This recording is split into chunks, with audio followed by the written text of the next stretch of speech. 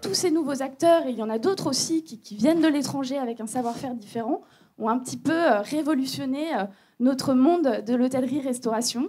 Ils ont changé nos façons de sortir, nos façons de voyager, nos façons de nous distraire.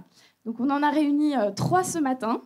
Donc ils vont se présenter chacun brièvement. Donc on va commencer, honneur aux dames, par Clémence.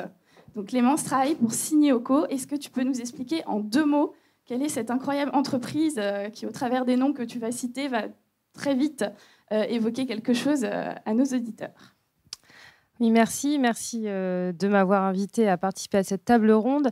Alors Signéoco, c'est vrai que ce nom n'est pas forcément connu parce qu'on se cache derrière nos lieux.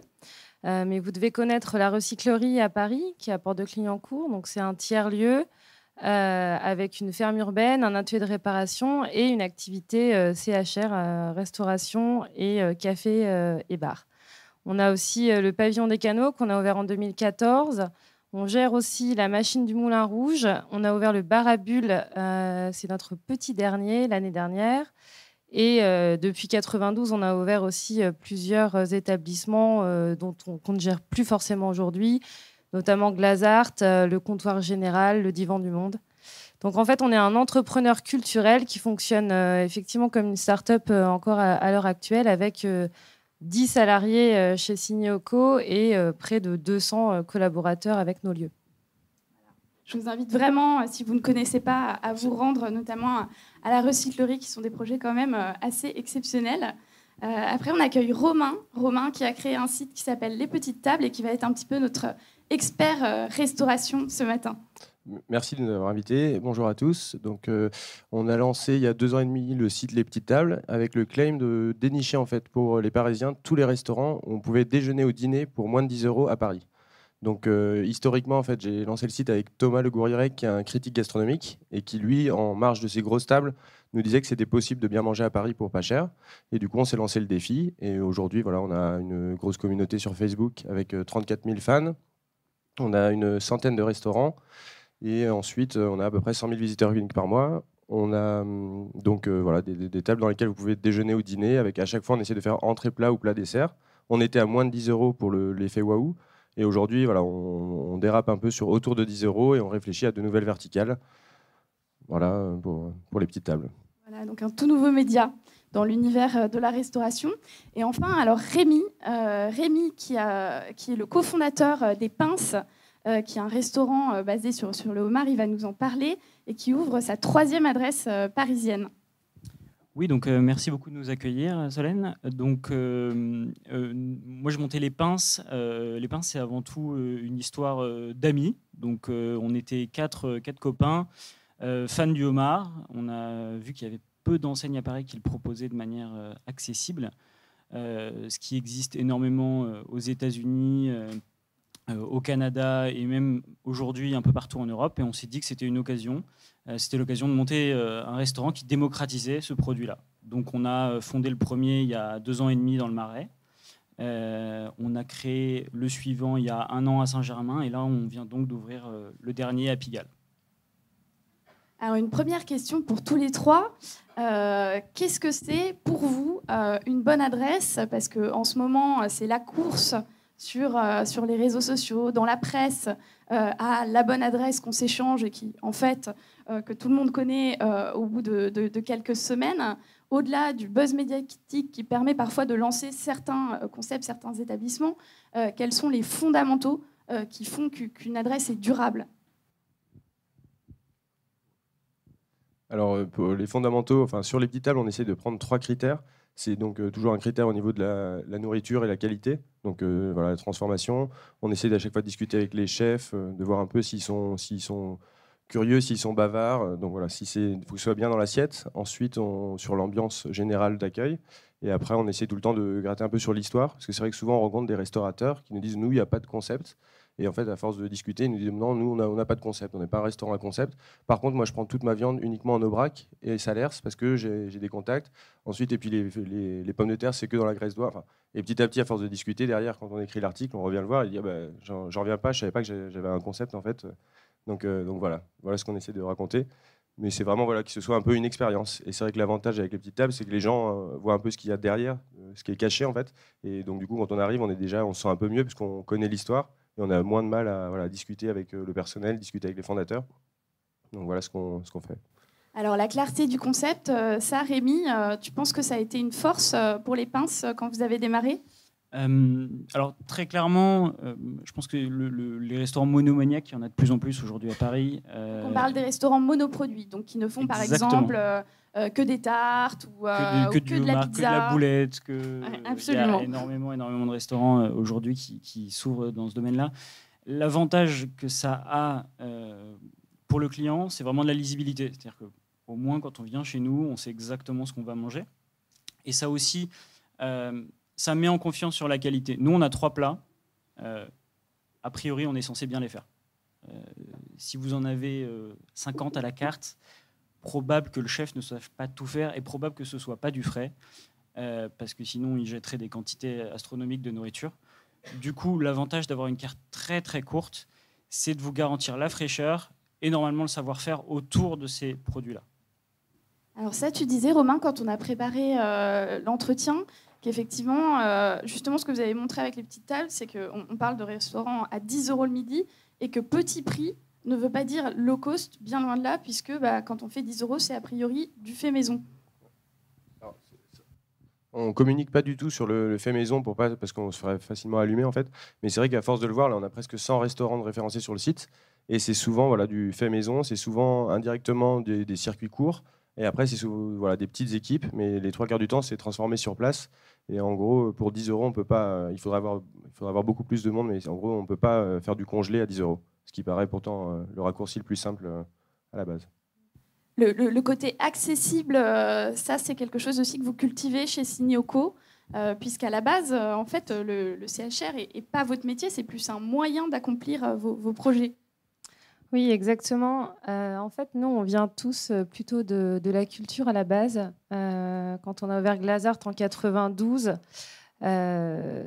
notre premier réflexe, moi, j'étais pas là, en tout cas, le premier réflexe de l'équipe à cette époque-là, et notamment Stéphane Vatinel, notre directeur, ça a été d'aller voir la ville de Paris et les DRAC pour demander des subventions pour les artistes, accueillir les artistes, avoir des résidences à la fois de plasticiens, de professionnels du théâtre, de musiciens, et puis aussi pouvoir faire des concerts, des expositions. Et en fait, c'est vrai que les subventions culturelles lui ont répondu que c'était pas assez sectorisé et que c'était trop pluridisciplinaire. Et en 92, maintenant c'est la tarte à la crème, la pluridisciplinarité, mais à l'époque ça l'était pas du tout. Et donc c'est à ce moment-là que Stéphane s'est dit bon, je vais pas abandonner en fait ce rêve-là, mais je vais plutôt réussir à financer moi-même, en fait, à trouver mon propre modèle économique pour financer ce projet un peu fou. Et donc, ça est passé par effectivement une activité de CHR, de restauration et de bar. Alors après, une fois qu'on a dit ça, effectivement, on a appris à ce métier, qui est un métier déjà difficile, en fait, il faut quand même l'avouer. Et on est d'autant plus rigoureux sur la gestion de cette activité-là, qui est notre activité économique, parce qu'en fait, elle va financer l'activité culturelle ou pédagogique derrière. Donc, on ne peut même pas se permettre d'être à l'équilibre. Il faut qu'on fasse effectivement des recettes. En revanche, il faut aussi que ce pilier économique puisse entrer finalement dans nos valeurs. Et donc, évidemment, on a un tiers-lieu, c'est un tiers-lieu culturel. L'idée, c'est d'accueillir tout le monde. On a une entrée gratuite, évidemment. Donc, on ne va pas, après, servir une carte peu accessible ou accessible à un petit nombre. On a, évidemment, à la recyclerie, vous avez un café pour 1 €. Le premier plat, il est à 9, ça va rarement au-dessus de 20.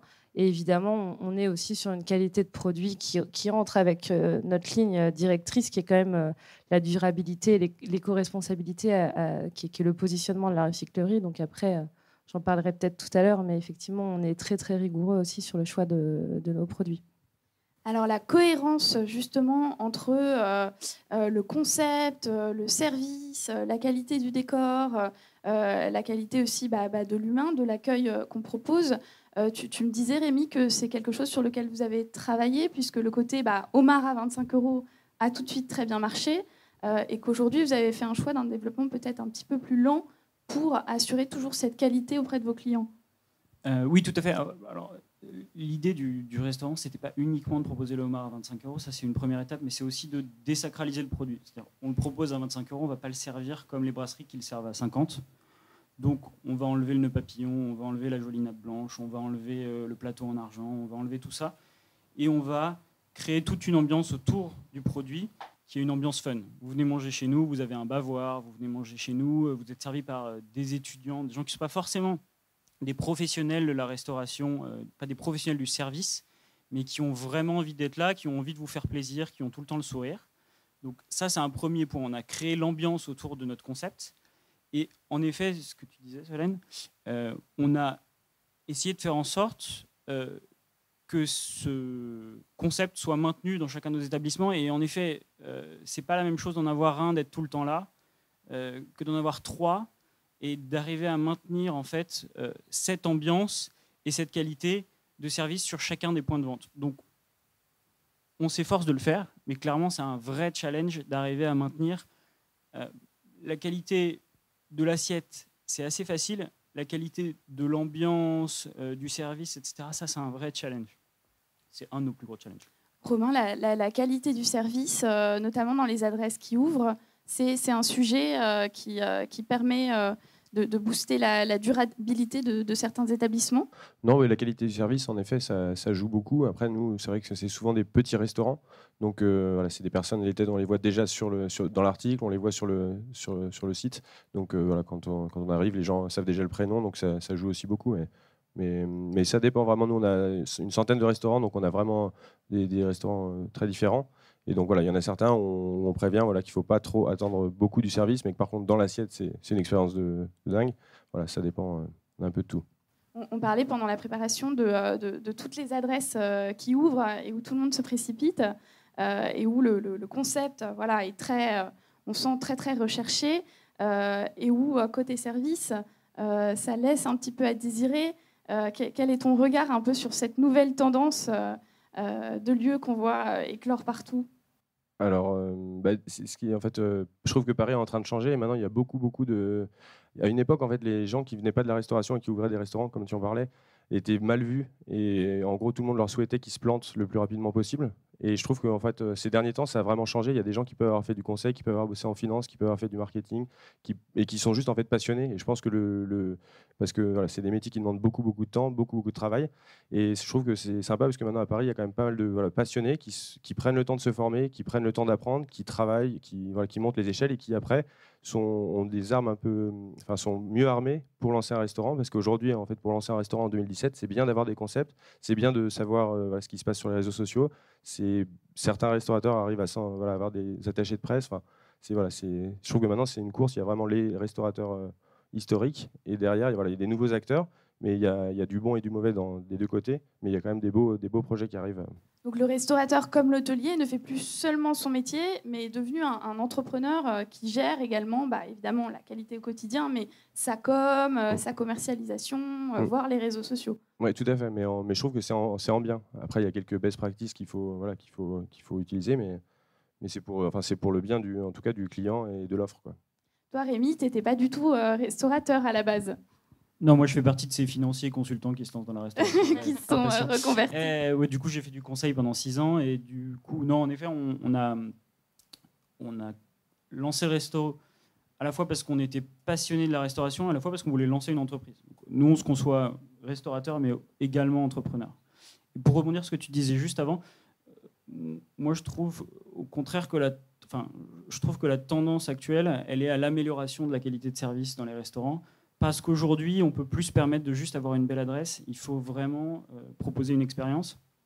Et aujourd'hui, les brasseries historiques d'angle qui gardent la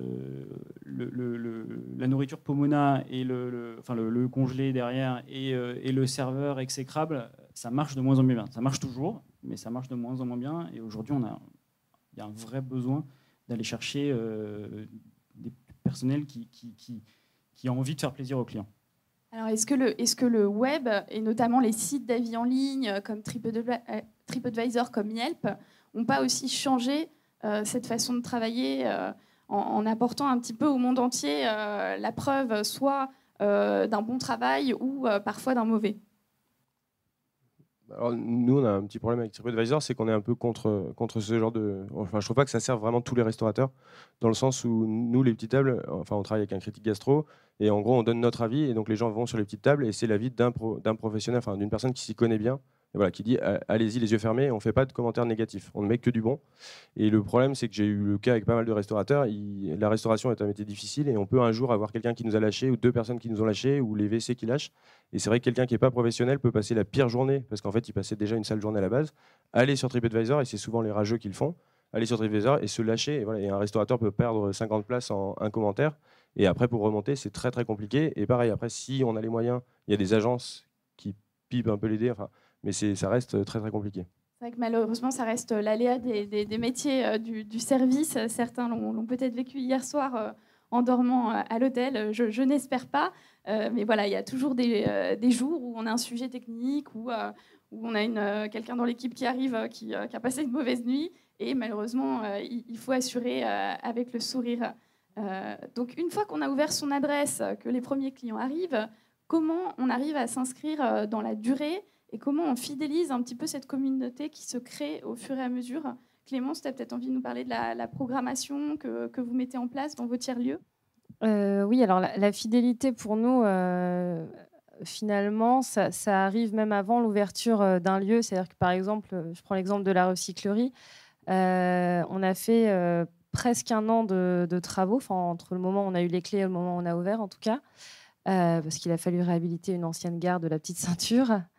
Et en fait, on a déjà créé une programmation pour familiariser en fait notre public ou nos clients, parce que nous, on est vraiment sur une frontière entre ces deux types de personnes, à notre lieu, à notre concept. Et donc, on a fait, par exemple, un balai de food truck sur la terrasse, qui était le seul endroit où on pouvait accueillir du public hors chantier. On a fait des visites de chantier aussi avec des petits groupes. Et c'est ce qui a fait qu'en fait, à l'ouverture de la recyclerie, moi, je me souviens très bien, en fait, être là peut-être une semaine ou 2 semaines après l'ouverture et entendre quelqu'un dire à un petit groupe qu'elle avait amené, ah mais tu connais pas la recyclerie, mais moi je viens là depuis des mois, je connais cet endroit, voilà, c'est comme chez moi, quoi. Donc en fait on a aussi du coup nos ambassadeurs qui, en dehors de nos équipes de com, parce qu'on en a, on a beaucoup de personnes qui travaillent sur la communication, on a aussi nos ambassadeurs, et notamment à la recyclerie, parce qu'on a une association, on a vraiment un modèle juridique très hybride et transparent. Et donc, on a une association qui gère le pilier pédagogique. Et donc, on a près de 500 membres actifs et à jour de leur cotisation. Donc, c'est autant d'ambassadeurs pour nous, en fait, de ce projet. Et effectivement, la programmation, comme tu disais, ça fait partie entière du projet de la recyclerie, mais comme de tous nos tiers-lieux, puisque en fait, ils ont vraiment ce modèle économique en commun. Mais par contre, ils ont tous un positionnement unique. Et pour la recyclerie, c'est l'éco-responsabilité. Pour le pavillon des canaux, c'est l'entrepreneuriat 2.0. Pour le bar à bulles, c'est la créativité arty. Voilà, donc en fait, on est vraiment on va dérouler en fait le fil de ce positionnement à la fois sur notre carte évidemment, mais aussi évidemment sur nos événements. Donc à la recyclerie, c'est 1000 événements par an environ entre conférences, ateliers, rencontres. Voilà, donc c'est vraiment un travail très important pour nous. C'est amusant ce que tu racontes. Quand on a ouvert notre tout premier hôtel à Nantes, les premiers clients qui ont dormi la première nuit, c'était des Nantais qui avaient suivi le chantier depuis leur fenêtre, parce que les pauvres, ils habitaient l'immeuble d'en face. Et ils n'étaient pas rancuniers, parce qu'après 2 ans de travaux, au lieu de dire ah bah ça y est, enfin, ras-le-bol des gravats, ils avaient réservé leur chambre parce qu'ils voulaient absolument être les premiers à tester l'hôtel en face de chez eux. Cette fameuse zone primaire, la zone presque de chalandise autour de son établissement, est-ce que c'est là qu'on trouve ses clients fidèles ? Oui, très clairement. Il y a une stat assez marrante. Nous, on est sur Deliveroo, Uber Eats, etc., les trucs de livraison. Quand ils sont venus nous voir pour nous montrer où les gens commandaient, 80% des gens commandent dans un rayon de 500 mètres autour. Voilà, au lieu de se déplacer pour venir au restaurant, ils se font livrer. Donc, très clairement, les habitués, même pour un resto concept pour lequel on se déplace, nous, on a des gens qui viennent un peu partout pour venir manger chez nous parce que c'est un concept très particulier, les gens ont envie de découvrir. Malgré tout, après 2 ans et demi, on le voit dans le Marais, le cœur de notre clientèle, c'est vraiment les gens qui sont à 500 mètres autour. C'est très clair. Oui, donc en fait, même si on sort le concept le plus exceptionnel et que les gens sont prêts à traverser Paris pour venir découvrir un hôtel, un restaurant, le matelas, hein, et nous c'est la même chose dans l'hôtellerie, ça reste la clientèle de la zone géographique à proximité immédiate. Oui, tout à fait. Tu me racontais aussi, Rémi, que tu avais des gens qui venaient pour une première fois, par exemple, en couple, et qui revenaient parfois dans un cadre pro ou avec la famille. Est-ce que ça a été une surprise pour vous ? Au tout début, quand on a lancé le restaurant, c'est vrai que on a fait notre communication. Notre communication principale, elle est passée par un merci Alfred. Donc, très, très jeune, très cadre dynamique, très, voilà. Donc on a eu un afflux massif de 25-40 ans CSP+, qui sont venus tester le concept. Et en fait, ce qui est très marrant, c'est que ils sont, je sais pas, je pense qu'il y a au moins un tiers des gens qui sont venus la première fois, qui sont revenus avec leurs parents le samedi ou le dimanche midi pour faire tester parce que ça les faisait rire. Donc, voilà. Donc oui, en effet, c'est un concept on peut partir d'un point et aller sur une autre clientèle. Et aujourd'hui, on a une clientèle d'âge très diverses. Est-ce que dans vos lieux, Clémence, vous avez peut-être été étonné par certaines clientèles que vous n'auriez pas attendues comment se compose un peu le mix en termes d'âge, en termes d'affinité avec les thématiques ? Alors, c'est vrai que nous, on espère et on essaye de faciliter une grande mixité dans nos lieux. Donc, bon, une fois qu'on a dit ça, il faut quand même travailler dessus et mener des actions pour y répondre. Donc, par exemple, chez nous, on n'a pas de service à table, c'est que du service au bar. C'est ce qui fait que vous pouvez aller au pavillon des canaux ou à la recyclerie, vous asseoir à une table et vous n'aurez jamais personne qui vous demandera ce que vous voulez consommer. Donc, effectivement, c'est pour ça, par exemple, qu'au pavillon des canaux, on a des indépendants, des freelances du quartier, hein, parce qu'on est vers Laumière, Jaurès, donc il y a beaucoup de freelances dans ce coin-là. Il y a aussi des étudiants des écoles de cinéma. Donc ils viennent au pavillon des canaux pour répéter leurs pièces, par exemple, pour sortir de chez eux parce qu'ils en ont marre d'être dans leur petit bureau à côté de leur lit, pour recevoir leurs clients aussi. Donc ils peuvent rester toute l'après-midi et boire un café et on leur demande rien. C'est pareil à la recyclerie. On a aussi notre eau et en libre service.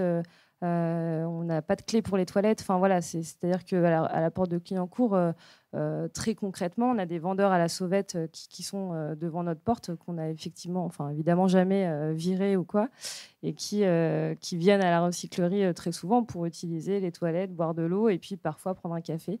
Voilà, bon, on peut parler de ces publics-là, mais surtout à la recyclerie, en fait, ce qui est assez intéressant, c'est avec des larges horaires d'ouverture, on est ouvert de 8h jusqu'à 2h du matin en fin de semaine.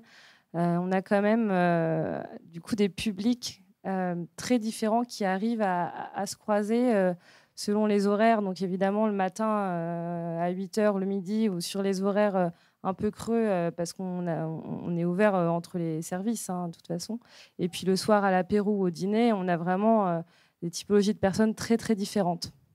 Pareil sur les petites tables, un truc qui nous avait surpris, c'est qu'au début on pensait vraiment on est pas mal 25-35, mais on a par exemple aussi des groupes de retraités qui nous ont écrit et qui font des lotos, en fait un groupe de 12 et qui fait toutes les petites tables parce qu'ils disent c'est bien, enfin on n'a pas des gros moyens et donc ça nous permet de sortir. On a aussi, pareil, quelque chose on a découvert, c'est qu'en gros, il y a pas mal de gens qui utilisent Tinder, qui font des petites tables, parce qu'ils disent qu'en gros, voilà, si on invite la personne en face, on passe pas pour un Américain. Et en même temps, on a déjà quelque chose à dire, puisque ça, voilà, ça détend un peu l'atmosphère, parce qu'on connaît déjà. Et pareil, il y a des gens qui nous écrivent, qui disent j'étais pas fun dans mon groupe avant, mais maintenant, je propose des bonnes adresses, et du coup, je suis devenu la personne fun. Donc c'est comme quoi c'est devenu un critère social de coolitude d'avoir des bonnes adresses à recommander à ses amis. Alors, on parlait bien sûr de concepts, de décoration, etc., de produits. Mais avec Clémence, on a pas mal discuté des usages, notamment nous, chez Oco, quand on a conçu le produit, on a eu envie de créer des choses aussi simples que mettre une table d'hôte dans un club 4 étoiles.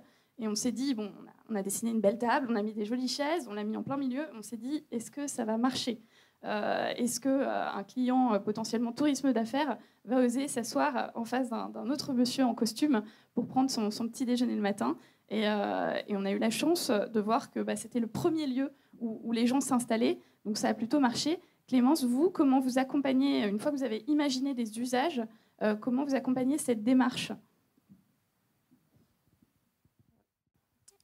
Alors, nous, c'est vrai quand on ouvre un lieu, on l'imagine pendant plusieurs mois, évidemment, avant, voire c'est un projet qui est dans nos têtes depuis plusieurs années. Donc, effectivement, on imagine énormément de choses, on rédige beaucoup. Enfin, voilà, le concept, il est mené vraiment jusqu'au bout, et puis de A à Z, hein, parce qu'on est là dès la recherche du lieu jusqu'à l'exploitation pendant plusieurs années, évidemment. Mais c'est vrai qu'une fois qu'on a ouvert un lieu, finalement, on ne va pas faire un parallèle facile, mais c'est presque comme un enfant qu'on a imaginé, qu'on s'est créé dans nos têtes, et puis une fois qu'il est là, finalement, il vit lui-même. Et puis c'est aussi l'extérieur qui va réussir à le faire évoluer. En tout cas, on essaye à chaque fois de s'améliorer et de pousser encore plus loin les concepts. Et par exemple, à la recyclerie, pour faire un parallèle justement avec notre activité de restauration, on privilégie énormément les circuits courts, le locavore, une partie de produits biologiques. Donc voilà, on est très très attentif à ça. Et du coup, là, on est allé encore plus loin dans cet esprit, dans cette philosophie, parce que dans notre ferme urbaine, on est en train de construire une serre aquaponique. Alors, je ne sais pas si vous connaissez l'aquaponie, mais ça commence à être très connu maintenant. C'est un système vertueux, en fait, de pisciculture et de potager qui se nourrit ou filtre entre eux. Voilà, donc qui arrive à produire énormément sur un petit espace. Et donc, on est en train de construire cette ferme qui ouvre à la fin du mois de juin. Et donc, effectivement, on va pouvoir produire 1 tonne de poissons et 5 tonnes de fruits et légumes par an qu'on va servir dans notre restaurant. Donc, c'est de l'ultra locavore, quoi.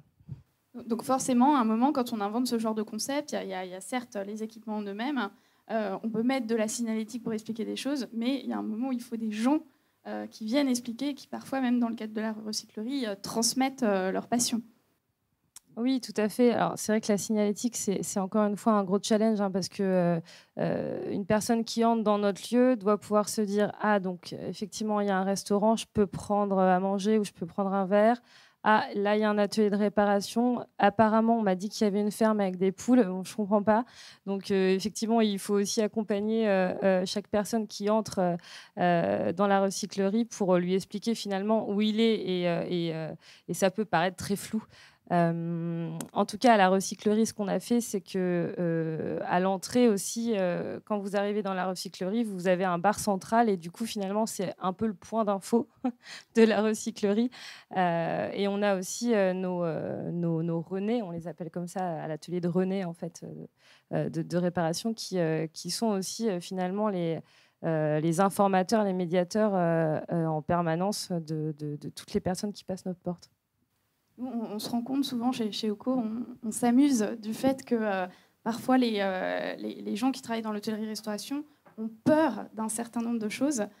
Ils ont peur de bousculer le client. Et au final, je pense qu'on a tous fait des partis pris qui bousculent un petit peu. À la recyclerie, on dessert son assiette. Ouais. Aux pinces, on mange avec un bavoir. Comment on fait passer tout ça dans un contexte d'expérience globale? Je pense qu'il faut interroger les clients, enfin, les rendre curieux. Je pense que les premiers qui ont mis leur bavoir, ils ont trouvé ça bizarre, et puis les suivants, ils sont rentrés parce que les premiers avaient les bavoirs. Donc, je pense qu'il faut commencer par créer une base de curieux, tout simplement, les faire rentrer, et puis après, de toute manière, hein, dans tous les concepts CHR, je pense personne ne me contredira, les meilleurs ambassadeurs, c'est les clients. Donc, c'est les premiers qui rentrent, qui doivent être soignés, auxquels on doit faire extrêmement attention. Et une fois que ça, c'est fait, que le concept, ou même... Enfin, parler de concept, c'est souvent péjoratif, mais juste au moins que l'ambiance plaît, elle sera transmise. Donc, rester à l'écoute de sa clientèle et être un petit peu en alerte sur les différents signes, c'est aussi un moyen de pérenniser un établissement. Oui, j'imagine. Après, nous, c'est vrai qu'on essaie de remonter le plus d'informations quand les utilisateurs nous écrivent à nous, parce que c'est vrai qu'il y a parfois des gens qui comprennent pas trop en fait nous on fait que faire une critique sur un resto, donc on reçoit pas mal de demandes de réservation, pas mal de remarques, donc dans la mesure du possible on transmet. Mais oui, non, je pense qu'il faut rester à l'écoute. Mais après, nous, voilà, il y a beaucoup de restaurants qui sont des petites structures, donc ça se fait assez naturellement, je pense. Est-ce que tu sens maintenant que justement les entrepreneurs du CHR sont peut-être plus à l'écoute de feedback constructif? Oui, tout à fait. Ben, comme tu le disais, le modèle de la vieille brasserie, du serveur qui est vraiment désagréable ou quoi, c'est en train de disparaître. Donc non, je pense qu'ils sont tout à fait à l'écoute. Et voilà, et c'est vrai qu'il se passe tellement de choses à Paris qu'ils comprennent bien qu'il faut évoluer et que ça peut changer, quoi. Et on en revient à TripAdvisor, Facebook, etc. On peut apprécier ou pas. Enfin, je suis tout à fait d'accord sur l'analyse qui en a été faite. C'est-à-dire que la personne qui passe une mauvaise journée va aller mettre un mauvais commentaire parce que peut-être que ce soir-là, ça s'est mal passé, etc. Du coup, c'est très difficile de conserver un bon ranking sur TripAdvisor, mais ça a une importance extraordinaire. Nous, on le voit sur l'ouverture du 3e. On est très bien noté sur TripAdvisor. On a une masse de clients étrangers hallucinante, qu'on n'a pas du tout sur les autres restos. Et je sais que c'est probablement pas pérenne, mais c'est vrai que c'est juste hallucinant. Après, du coup, on est obligé d'écouter les clients, on est obligé ne serait-ce que de toute manière, parce qu'on est des passionnés et qu'on a envie de leur faire plaisir et qu'on a envie de faire en sorte que le restaurant leur plaise. Ça, de base, c'est le cas. Mais encore plus parce que de toute manière, l'avis de n'importe qui peut se trouver n'importe où. Donc, à un moment donné, on est obligé de faire en sorte que ça se passe bien. Et juste voilà, j'étais pas en train de démonter, hein, ça peut être aussi un très bon outil, mais c'est pareil en termes de pédagogie, il faut savoir qu'il existe. Nous, on avait des restaurateurs qui ne savaient même pas qu'ils étaient sur TripAdvisor. Et on allait dessus, et il y avait 3 réflexions horribles. Donc, et là, d'un coup, pour eux, c'était vraiment très très dur de se mettre à répondre. Voilà. Au-delà de TripAdvisor, on se rend compte aussi dans nos établissements, enfin, j'imagine que c'est pareil pour vous, que finalement c'est le bouche à oreille qui est notre meilleure communication. Donc de toute façon, on a quand même cet effet boule de neige. Si on a effectivement un établissement qui est accueillant, chaleureux, avec des produits de qualité et avec une ambiance très particulière, différenciante, on a effectivement finalement nos clients sont nos ambassadeurs et avec le bouche à oreille nous font effectivement venir d'autres clients, quoi. Donc quelque part, maîtriser sa communication, maîtriser les réseaux sociaux, c'est bien, c'est un premier step et c'est devenu hyper important dans notre économie, mais assurer les fondamentaux du rapport qualité-prix, de la qualité constante, de l'accueil du client, c'est aussi très très important dans la construction d'un concept. Et puis peut-être qu'un concept qui dure, c'est aussi un concept tel que nous, on l'a imaginé à un certain moment pour une typologie de clientèle et qui finalement va en rencontrer d'autres un petit peu par la suite. Merci à tous. Est-ce qu'il y a des questions dans l'assistance? Oui. Bonjour.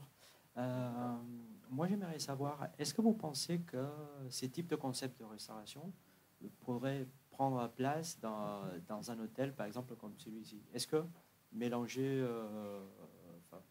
est-ce que les gens ils auraient besoin ou pas de dire bon, j'irai manger de l'homard dans un hôtel, pourquoi pas, ça ne me dérange pas du tout. Le monoproduit, je ne suis pas sûr. C'est peut-être un peu trop cartésien, mais j'imagine que chez nous, on vient parce qu'on sait ce qu'on veut manger. On vient parce qu'on veut manger un homard. On se déplace pour ça. Rares sont les gens en fait qui passent devant le resto et qui se disent ah, ça a l'air sympa, j'y vais. Ils passent et puis ils se disent, ils regardent la carte et ils se disent oh, peut-être que dans 10 jours je reviendrai ou je reviendrai pour une autre occasion. Voilà. Imposer à un client de l'hôtel, alors peut-être si on fait, s'il y a 20 restos dans l'hôtel et que les 20 proposent son monoproduit et que du coup ça donne du choix, mais imposer à un client qui vient pour dormir de manger quelque chose de très spécifique, personnellement j'ai un doute. Après, je pense que sur la partie plutôt tiers-lieu, enfin, ça, je pense que c'est des choses qui peuvent plus se faire dans un hôtel que nous. Le monoproduit, le côté très, très conceptuel, très simple de la carte, je pense que ça ne plaît pas forcément à la personne qui vient dormir et qui veut peut-être trouver plus de choix. En ce qui concerne le tiers-lieu, effectivement, le tiers-lieu culturel, comme on le conçoit chez Signy&Oco, il a sa place partout, puisqu'en fait, il se base vraiment sur l'existence, sur un environnement, sur une population, et puis il va aller ajouter quelque chose, combler un manque, apporter vraiment une nouveauté. Donc, il peut vraiment s'insérer partout. Alors après, chez Oco Hotel, vous êtes aussi finalement un tiers-lieu. Enfin, en tout cas, c'est vraiment plus qu'un hôtel, puisqu'on peut vivre des expériences assez inédites. Donc, ça prouve bien, en tout cas, qu'effectivement, un concept tel qu'un tiers-lieu, en tout cas, la philosophie du tiers-lieu dans un hôtel, oui, bien sûr, ça a toute sa place. C'est vrai que de plus en plus, on travaille avec vous, promoteurs immobiliers, sur des programmes avec de l'hôtellerie et de la restauration, et on essaie de créer une expérience globale. Ça nous est déjà arrivé d'aller ensemble sur des projets avec Clémence, et là, on crée quelque chose de totalement différent et en même temps de totalement cohérent pour le client. Et après, c'est vrai que dans un hôtel, on a quelque part une clientèle captive, et il ne faut pas s'arrêter à ça, puisqu'on peut aussi construire toute une logique de partenariat avec des acteurs autour. Nous, si demain on ouvre un établissement à Saint-Germain, peut-être un jour, on sera ravis de recommander les pinces, mais au même titre que certainement beaucoup d'adresses. Et ça va nous amener probablement à la discussion suivante. Merci beaucoup à tous les trois. Merci.